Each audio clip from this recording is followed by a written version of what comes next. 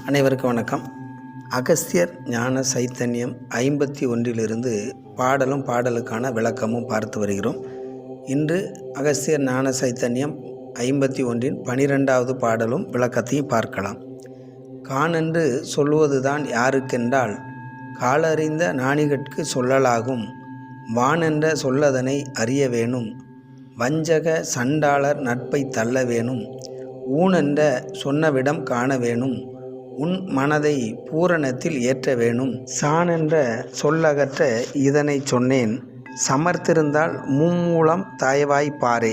மெய்ப்பொருளை கான் என்று சொல்வது காலம், தகுதி, பக்குவம் ஆகியவற்றை அறிந்த ஞானகுரு தகுதியுள்ள சீடனுக்கு இந்த இரகசிய உபதேசத்தை சொல்லலாம்.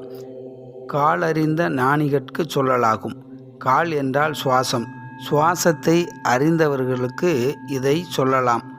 வான் என்பது உயர்ந்த பரவெளி, பரம்பொருளை நிலையை சுட்டுகிறது.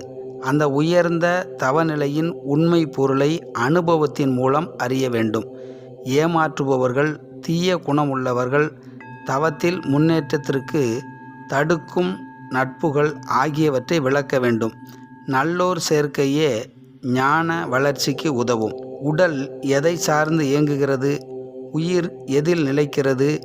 உண்மையான தவம் என்ன என்பதை அறிய வேண்டும்.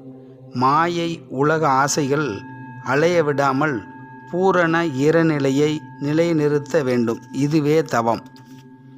நிலையற்ற உலக பற்றுகளை விட்டுவிடும் வழியை நாம் கூறிவிட்டேன் என்று அகஸ்தியர் கூறுகின்றார். தகுதியும் முயற்சியும் உடையவராக இருந்தால் மும்மூலத்தையும் ஆழ்ந்து அந்த இரகசியத்தை குருவின் மூலம் அறிந்து உணர முடியும்.